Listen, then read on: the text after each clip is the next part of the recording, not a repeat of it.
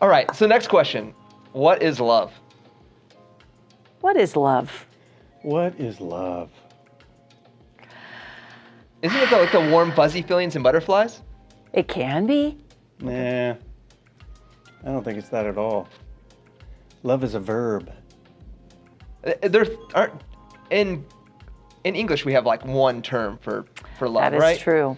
But there were three terms in the Greek. in the Greek in the Old Testament or New Testament Greek. New Testament. Okay, so let me just say let's this. do those. Okay, first of all, the New Testament was written in Greek, and the New Testament is what Christians believe is Holy Scripture. So that's when we say the Greek, the But original. it's not like Greek now times. It's called Koine Greek. I know this one because I learned it, and you guys did too.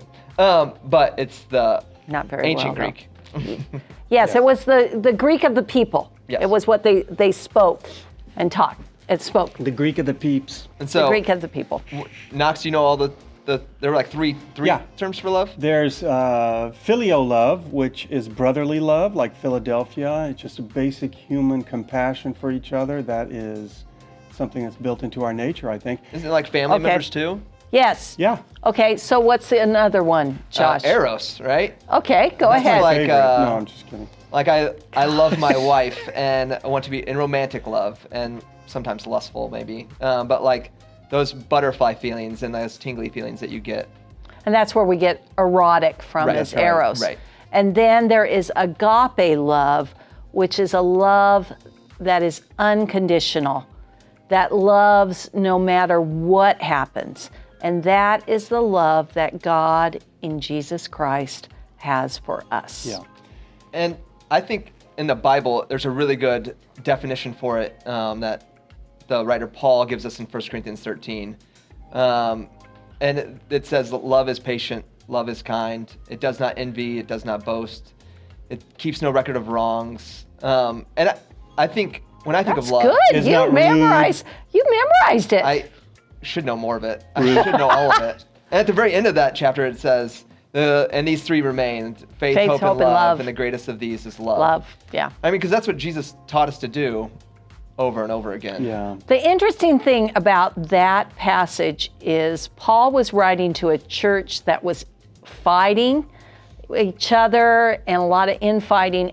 And so that passage on love comes in the middle of a big church blow up. So it's used at weddings sometimes. I know. Doesn't, Sometimes, the context all the doesn't time. really Oh. fit. But it's one of the most beautiful passages. And you know, Bev, when you said agape is love no matter what, it's unconditional. You know, you have to be careful not to water down that kind of love, Right. because love does put boundaries on things, and love does hold people accountable. And love cares when you do things that make the other person mad, that might be best for them. It might be the kindest thing you can do for them. but the love doesn't stop even when you mess up, right? Yes. Yeah. It's a forgiving love. Mm-hmm. Yeah. But it's not some kind of wimpy love that accepts everything. Oh, that's a wet blanket, Yeah. or people can walk all over you and it's all right. Yeah, that is not agape love. Okay. Agape love is Christian love, and that's demonstrated, I think, most clearly when God sent his son to die for us. That is Christ on the cross is a picture of what love is in action. Do you think Jesus felt loved by God when he died on the cross?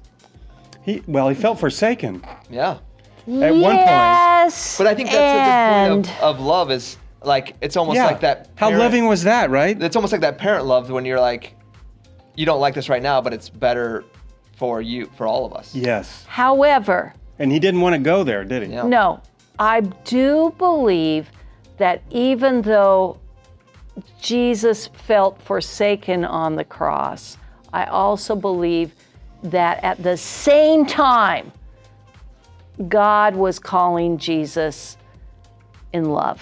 Well, I think he knew it was the most loving thing to do. He just didn't. Sometimes we don't want to do the most loving thing, right? Yes. Exactly. And that's what love is sometimes. It's doing something you don't want to do.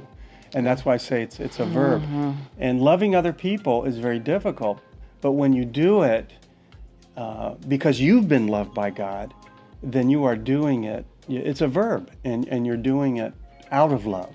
And I think it's important that it's love, that agape love doesn't go to just the people that we really care about. Oh, And absolutely. it goes to the people that we dislike Well, the most. that's where love is really And that's the demonstrated. hardest. That's the hardest, to be loving when people are just not nice. Or jerks, yeah, evil. Yeah.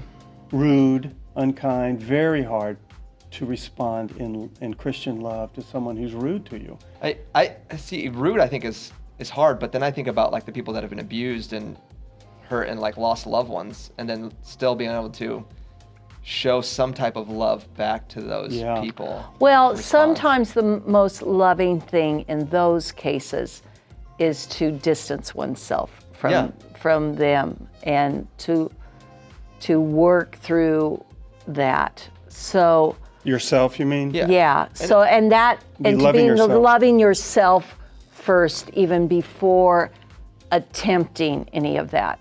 Right, and I still think you can love and forgive someone and not have contact with them again. Oh, Probably, right? That's And probably- that, that might probably be the most healthiest. loving thing to Right. do. Yeah. And you might not ever get over that scar that person No, left. you forgive, but you don't forget. And one way love is put into action in a case like that is to pray for that person and wish that person the best instead of wishing But them that evil. can be a process. Yeah, well, it's a process. And You I have to don't get there. want to minimize anyone who goes through such a situation. Right. Yeah, it's possible. Yeah. Christian love. Oh, it's hard. But Jesus calls us to it. I loved doing this. Yeah. And the cool thing about this is we get to do this whenever we want to, and so we got to do it on video and share a little bit. I mean, it was probably a little cleaned up compared to when we do it, just the three of us. But this is fun, and so Yes. we'd love to share this with you guys more. So there's a couple ways we can do that. Yes. You are welcome to come to our church. We have 2 services on Sunday mornings at 9:30, which is more contemporary style, and 11 o'clock, which is more traditional. Yeah. Covenant Presbyterian Church. You are welcome. Yeah. No matter who you are. Yes. And if you'd like to leave a comment about what we've discussed, maybe you disagree with it, maybe you'd like to probably. accentuate something we've said, that's okay.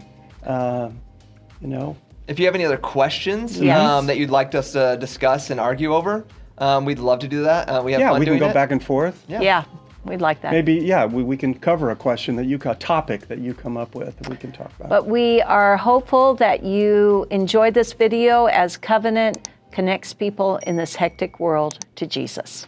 Come have a conversation with us. Yeah.